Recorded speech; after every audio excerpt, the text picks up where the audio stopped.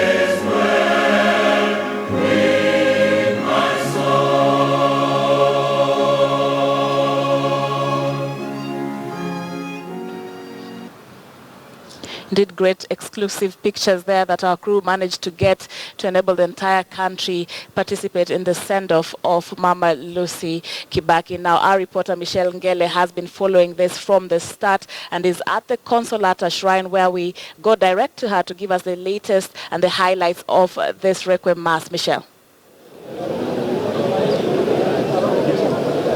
Well, indeed, a sad day for Kenyans today as we mourn the demise of former First Lady Mama Lucy Kibaki, a woman who has been eulogized here today, not only for her virtues of leadership, but also for her commitment in improving the well-being of Kenyans, from championing for women empowerment to championing for the rights of those affected and infected by HIV/AIDS. Mama Lucy Kibaki remains a phenomenal woman in her own right. And at the memorial service today here at the Consolata Shrine, many tributes have been given to the First Lady, but notably so from her family and grandchildren. Mama Lucy Kibaki prioritized her family, and she leaves behind a husband, former President Mwai Kibaki, 4 children, as well as 7 grandchildren. And the grandchildren this morning, I beg your pardon, gave very heartwarming tributes through the life that they shared with their grandmother, and many of them saying that she taught them the value of family and the value of loving each other, and it is a spirit that they will be carrying on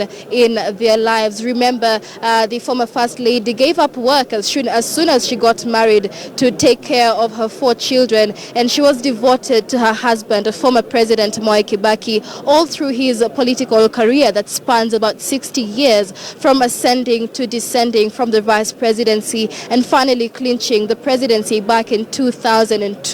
And 10 years since then, from 2002 to 2013, Mama Lucy Kibaki was instrumental in revolutionizing the office of the First Lady, after Kenya had a vacant office of the First Lady for quite a long time before then. And her demise here today has brought together Kenyans in unity. Leaders from across the political divide have shown up at the memorial service today, from President Uhuru Kenyatta, Deputy President William Ruto, Ruto, as well as opposition leaders, Upper Court leader Raila Odinga. We had Kalonzo Musyoka also present here today, governors, senators, and former members of parliament alike coming out here to the Consolata shrine today to give their respects to the former First Lady, who in her own right had a huge role to play in changing and improving the lives of many Kenyans. We've had tributes even from international leaders, many of whom will be attending the final burial on Saturday,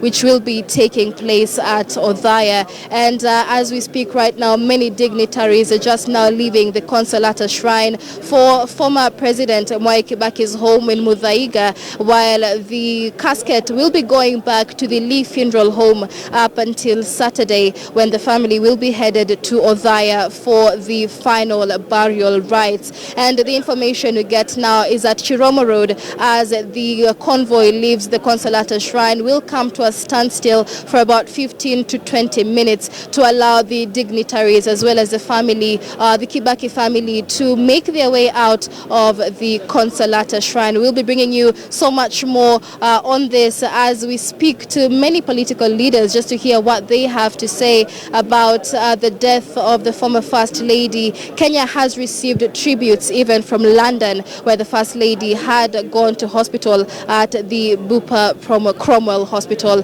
and many here are now wishing that the former First Lady Lucy Kibaki rests in peace. Sharon. Right. Thank you very much, Michelle Ngele there, just giving us a picture of what happened and what took place during the requiem mass at the Consolata shrine this morning, a mass that has just ended. Of course, the whole country mourns the death of former First Lady Lucy Kibaki and celebrates her life. May she rest in peace.